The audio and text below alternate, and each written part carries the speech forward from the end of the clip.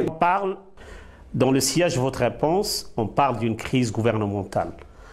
Est-ce que c'est une véritable crise? Est-ce qu'on va voir un remaniement ministériel? Est-ce qu'on va se diriger vers une coalition de plusieurs partis qui vont entrer pour donner un coup de main à M. Benkiran qui ne veut pas, bien sûr, partir? Qu'est-ce qui va se passer? Je ne sais pas si vraiment l'avenir du Maroc dépend de gens aussi médiocres qu'Abdellah Benkiran ou Hamid Chabat. Sincèrement, on ferait mieux de pleurer de tous nos larmes parce que là, c'est vraiment que le Maroc n'a pas d'avenir. C'est vraiment la crise. Si vous croyez une seconde qu'en changeant Abdellah Benkiran par Hamid Chabat, vous allez résoudre la crise financière et sociale marocaine. Oui, mais c'est les Marocains qui ont voté pour Benkiran. Une fois de plus, on revient. Tout à l'heure, je vous ai dit, le système électoral marocain est tel où il n'y a aucune chance à des formations de qualité de pouvoir prendre... Donc il faut changer le système électoral. Tant qu'on continuera à vous dire, on vous finance selon le nombre de voix que vous apportez. Tant qu'on continuera de dire, comme à l'AAK, vous avez le droit à la communication selon votre place dans l'échiquier politique. Et que cet échiquier politique, tout le monde est d'accord pour dire que tous ceux, au moins 50%, quand vous arrivez à 50%, c'est une catastrophe en démocratie. Qu'au moins 50% des gens qui se trouvent au Parlement sont là parce qu'ils ont acheté leur siège et que nous le savons tous et que nous l'acceptons, le système est fini. C'est sa limite, ça s'arrête là. Ne parlez pas de démocratie, ne parlez pas d'élection, ne parlez pas des urnes, ne parlez pas de majorité, mais ramassez vos affaires et taisez-vous.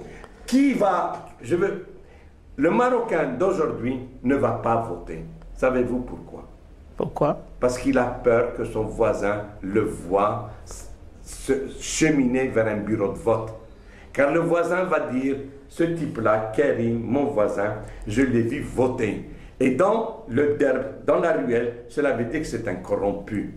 Il n'a pas de conscience de ce qu'il s'est fait acheter. Alors pour prouver... Mais là, vous exagérez là, non? Non, ça c'est la vérité. Pour prouver dans la ruelle qu'on n'est pas corrompu, on dit « Moi je ne vote pas. Qui m'a vu entrer dans le bureau de vote ?» Mais réalisez-vous la limite de ce système politique. Mais c'est fini. C'est un système politique qui a mis fin à la démocratie dans le pays. Voilà ce qu'on ne veut pas comprendre.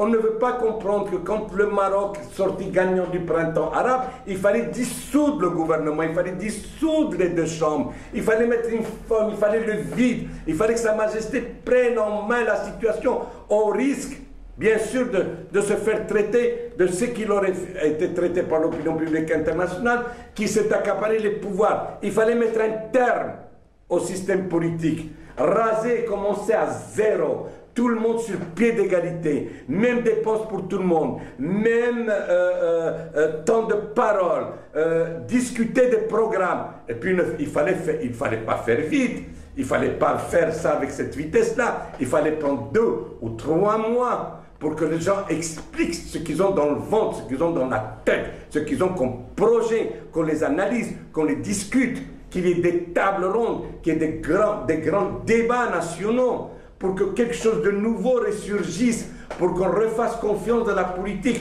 pour que les gens de pensée viennent se faire de la politique. Au contraire, on a fait très très vite, avec les mêmes critères, les mêmes causes, engendrent les mêmes effets. Ça c'est l'évidence. Si on n'a pas compris ça, c'est qu'on n'a rien compris de la logique. Et si on n'a rien compris de la logique, on n'a pas raisonné. On se met à déraisonner. Les mêmes causes engendrent les mêmes effets.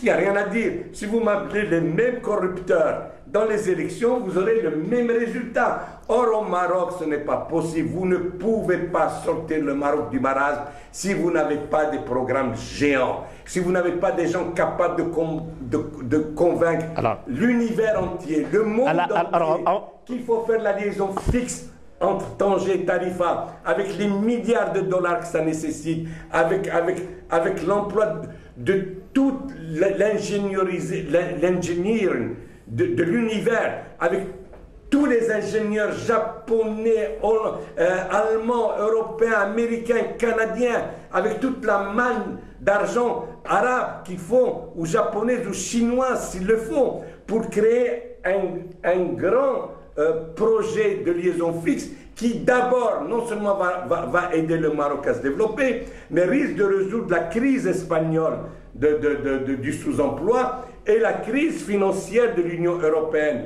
parce que ça va changer toutes les donnes. Ça, vous ne pouvez pas le faire avec un parlement de corrompus, à Ibadullah. Vous avez besoin d'un parlement de penseurs, des gens d'action, des gens de réflexion, des gens d'influence, des gens de contact. Ils n'arriveront pas au Parlement parce que ces gens-là n'accepteront pas d'aller au Parlement en corrompant un électeur. Ils se sentiront avilis. Et c'est ça ce qu'on ne veut pas comprendre. Quand on parle des grands projets, de l'aspect économique et des questions... Du tunnel de Tishka, entre Marrakech et Ouarzazate. Vous savez que nous sommes le seul pays au monde encore, peut-être, je ne parle pas de la Bolivie ou du Pérou, nous sommes... Dans la géographie où je me trouve, le Maroc se trouve collé à l'Europe. Il ne faut pas oublier qu'avant on disait l'Europe commence aux Pyrénées. Moi, j'en sais rien. Moi, je crois que le Maroc aujourd'hui fait partie de l'ensemble européen. Quand même, l'Europe se trouve sur notre territoire, l'Union européenne. Elle a des territoires en Afrique, se trouve chez nous. Ben, dans cette région, nous sommes le seul pays où pour traverser une montagne, vous montez jusqu'au haut de la montagne, et puis après vous commencez à la redescendre. Alors qu'il y a des tunnels, il suffit un tunnel et vous passez de l'autre côté. Entre Marrakech et Ouarzazate, on peut arriver en 20 minutes, on met 5 heures. Et vous voulez que ça se développe. Mais imaginez-vous, une seconde, qu'est-ce que serait le sud marocain si effectivement on pouvait lier Marrakech à Ouarzazate en 20 minutes? Mais ça changerait toute la donne. Et si dans le Tishka on pouvait faire la même chose, et que de Marrakech à Agadir en passant par Ouarzazate, on mettrait moins d'1 heure parce qu'on traverserait le Tizin-Test et le Tizin-Tishka, mais ça changerait tout le sud. Ça changerait. Il y aurait un nouveau Maroc, il y aurait 2 Marocs, pas un, 2. Okay. Alors, si on faisait la même chose au nord, avec la liaison fixe, il n'y aurait pas un Maroc, il y aurait 3 Marocs. Et c'est ça ce qu'il nous faut. Alors, si on revient au dossier économique, le Fonds monétaire international a sorti un rapport au mois de janvier. Il a insisté au mois de mai en demandant au gouvernement, aux autorités, d'accélérer les réformes, et ça à partir de juillet. Donc, réforme de la caisse de compensation, réduire toutes les dépenses publiques, etc. Est-ce qu'on va agir? On va attendre? Non, irréalisable. Pourquoi? Vous savez très bien, on ne peut pas du tout dissoudre la caisse de compensation. La caisse de compensation était une erreur des socialistes, de ces gars-là qui se croyaient détenir la vérité et qui nous ont détruits en 1956, en 1960. Vous allez encore revenir aux socialistes? À l'époque, ils n'avaient pas les socialistes. Non, s'il vous plaît, la caisse de compensation, il ne fallait pas la faire. Maintenant qu'elle existe, je ne vois pas, sincèrement, je ne vois pas quelqu'un au Maroc qui aurait le courage de nous donner la réalité des prix, hein, parce que là, je peux vous assurer que là, préparez-vous à ce qu'on distribue les pistolets pour nous défendre, et il faut faire des barbelés dans nos portes nos voitures vont commencer à sauter comme au Liban pendant la guerre civile. Nous ne faisons pas d'illusions, ce n'est pas possible, il faut oublier ça. Nous avons une situation marocaine. Comment la faire évoluer? L'Espagne, après Franco, est arrivée, l'Espagne démocratique est arrivée grâce à l'aide européenne, mais en 30 ans, hein, il faut se dire, en 30 ans. Le Fonds monétaire international, mettez-nous d'accord, le Fonds monétaire international n'intervient pas sur une économie d'un pays, sauf quand on lui demande son avis ou qu'on lui demande son appui pour avoir des financements. Ouais. Des financements, il faut que ça soit clair. Bon, c'est impossible de le faire. Vous ne pouvez pas tripler le prix du sucre, le prix de l'huile et le prix de la farine. Le gaz. Ni du gaz, ni du pétrole. Le pétrole à 20 dirhams, c'est la paralysie du pays. Ne nous faisons pas d'illusions. Ce programme-là est irréalisable, est impensable. Mais Ben Kiran nous dit chaque fois, il y va. Parce qu'il dit, si Ben Kiran savait ce qu'il disait, il ne dirait pas la moitié de ce qu'il dit. Il apprendrait d'abord à se taire. Un homme d'État, quand il arrive pour la première fois, et que c'est un mystère, vous savez ce qu'on lui apprend à dire aux États-Unis? On lui apprend à se taire.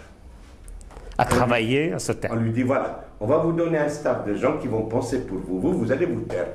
Mais chaque fois que vous allez ouvrir la bouche, vous allez répéter comme un perroquet ce que ces gens-là vont vous préparer par écrit. Point final. Et il ne répond jamais, jusqu'à ce qu'il acquiert l'expérience nécessaire.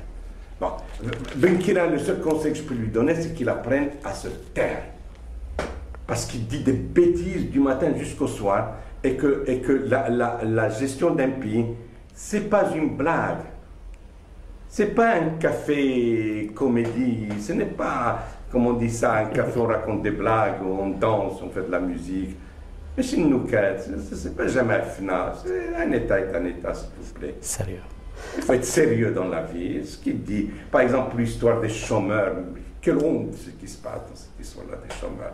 Vous savez que le gouvernement d'Abdel Benker est en train de dépenser une fortune, du temps, de l'énergie, pour empêcher des gens de travailler. Pour obtenir des jugements qui disent que ces gens-là n'ont pas le droit de travailler. Alors que dans le monde entier, tous les gouvernements, c'est ce qu'ils cherchent, c'est à faire travailler les gens, parce qu'ils sont payés pour ça. Même ça, ils ne sont pas arrivés à l'assimiler. Même ça, ils ne sont pas arrivés à l'assimiler. Alors, qu'est-ce que vous proposez? Qu'est-ce que vous voyez venir? Un grand changement. Un grand changement. Par exemple? Des programmes. Appelez des gens qui ont des programmes. Discutez avec des gens qui ont des programmes. Discuter des programmes, mettre en avance des programmes, aller à la télévision, ouvrir des débats en disant « Monsieur tel, vous allez venir aujourd'hui, vous allez nous faire des propositions devant la caméra. Nous allons vous dire, monsieur, vous êtes un grand ou vous êtes un minable, quittez la politique. » Il faut des projets. Et il faut nous dire comment les réaliser. Et c'est là que va apparaître une nouvelle élite politique, un nouveau personnel politique.